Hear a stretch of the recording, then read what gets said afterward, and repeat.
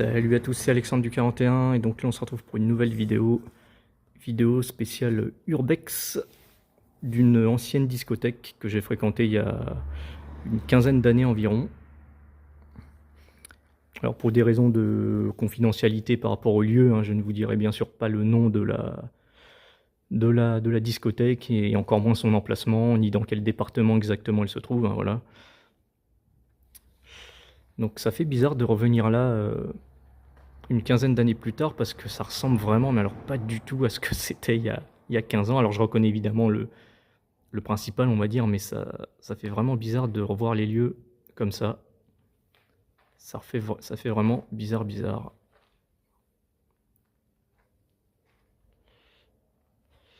Donc là, c'était l'entrée principale.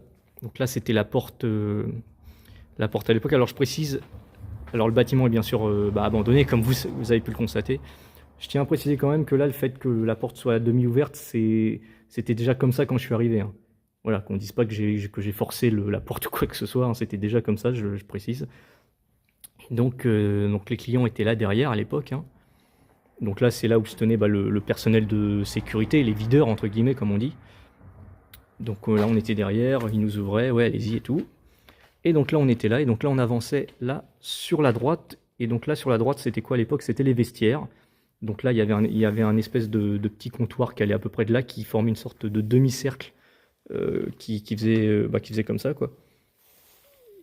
Comme ça à peu près. Et donc là, il y avait l'espèce de comptoir avec comment on appelle ça, le personnel qui se chargeait de prendre les sacs à main pour les filles et leurs blousons, ou les blousons pour les garçons, tout ça, et qui les mettait dans un cintre. Et après qu'elle est au fond, alors au fond on voyait pas trop ce que c'était, enfin sauf là on voit ce que c'était.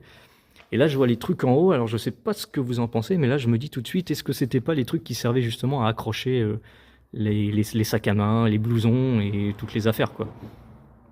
Ou pas, je vous dis, en 15 ans, tout a tellement changé, ça a peut-être rien à voir, mais pour moi en tout cas ça me paraît très logique et cohérent. Voilà, donc vous me direz dans les commentaires ce que vous en pensez, mais ce serait logique et cohérent. Là, vous voyez, là je fais partie du personnel, hop, je mets le cintre là sur les trucs, et puis voilà, enfin, ça me paraît logique. Après, je le répète, je peux me tromper.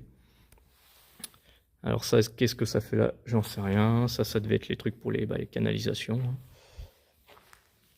Et donc là, sur la gauche, c'était les toilettes. Alors là, ça a bien changé, évidemment. Ça a bien changé. Là, je vois que c'est encore les trucs noirs des fenêtres. Alors en haut, là, on voit bien sûr, il y a du jour, mais à l'époque, c'était bien évidemment bien protégé.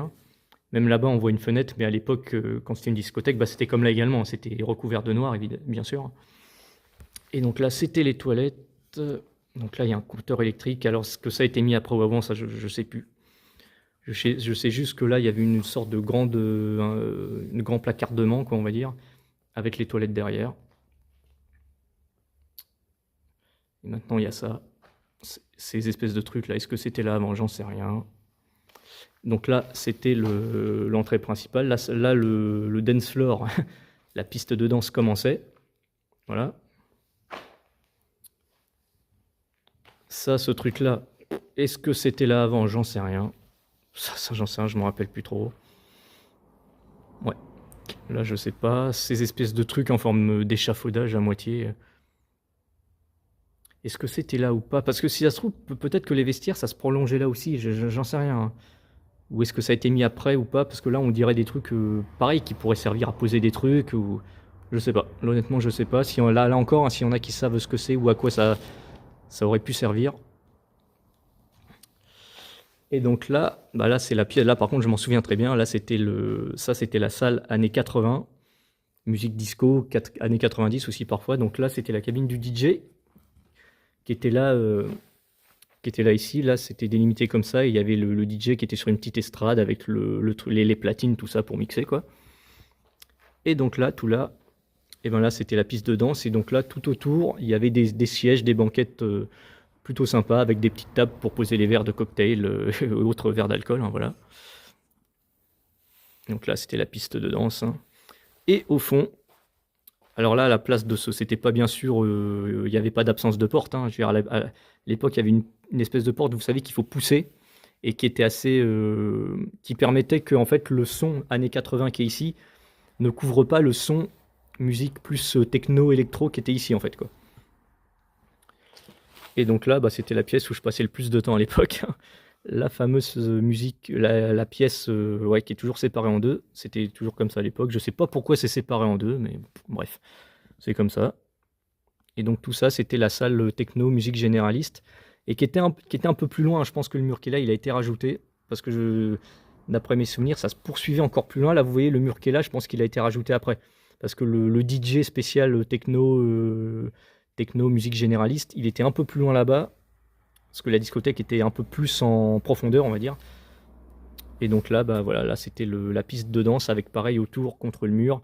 C'était les sièges et les banquettes avec à côté les petites tables pour poser l'alcool. Voilà. Voilà, voilà. Alors là-bas, il y a quoi? On va quand même aller voir ce qu'il y a derrière la petite porte là-bas. En espérant ne pas se casser la gueule par terre. Hop. C'est bon, on y est. Ah non. Je pensais que c'était... Ouais, moi je pense que l'escalier qui menait à la salle du haut, qui était la salle entre guillemets VIP, c'était là derrière le mur, mais que... Bah là, comme là, il y a le mur, on peut pas voir à travers évidemment, mais à l'époque, il n'y avait pas de mur et il y avait un escalier un peu plus loin où on montait à la salle du haut. Et donc là, ça devait être un local technique, j'en sais rien, un truc comme ça. Bref. Alors, on va revenir par là. Ouais, donc comme vous pouvez facilement le deviner, hein, en 15 ans, depuis que c'est abandonné, je pense qu'il y a pas mal de squatteurs ou de sans-abri qui sont venus là. Hein, bon. Et donc là, tout là-haut, c'est la salle VIP, entre guillemets. Alors ça, par contre, on ne peut pas y accéder, malheureusement. Sinon, je vous aurais bien emmené, mais... Voilà, c'est ici. Alors quand je dis salle VIP, elle s'appelait pas comme ça, mais disons que, ouais, même à l'époque, il y a toujours une pièce comme ça dans les discothèques, c'est-à-dire une pièce où l'alcool est un peu plus cher, où les sièges sont un peu plus confortables. Bon, voilà. Donc à cette pièce-là, j'y allais pas souvent. Voilà, c'est la pièce qui était là juste en haut.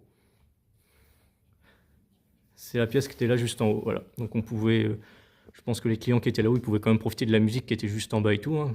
Donc les rares fois où j'y allais en haut, oui, l'alcool, c'était de l'alcool plus haut de gamme, on va dire. Mais moi, j'étais plus en bas, quoi. L'ambiance était beaucoup plus sympa en bas, avec des gens qui s'amusent vraiment. Les rares fois, de ce que je me souviens, les rares fois où je suis allé là-haut, je trouvais pas l'ambiance terrible en termes d'état d'esprit, on va dire. Je pense que beaucoup, pas tous évidemment, je fais pas de généralité, mais les clients qui passaient la soirée là-haut, voilà, comment dire, il y avait une certaine arrogance qui me plaisait pas trop, on va dire. Donc voilà, moi je préférais, bah, comme la quasi-totalité des clients, on préférait être en bas, entre gens qui viennent vraiment là dans un bon état d'esprit pour s'amuser, pour décompresser, et voilà quoi. Bah donc voilà, bah, je pense que je vous ai déjà tout montré. Bon là pareil, les trucs qu'on voit là-haut, cette espèce de truc là, qu'est-ce que c'est que ça, j'en sais rien. Même si je monte un peu là comme ça, je sais pas si vous voyez plus, ouais, non.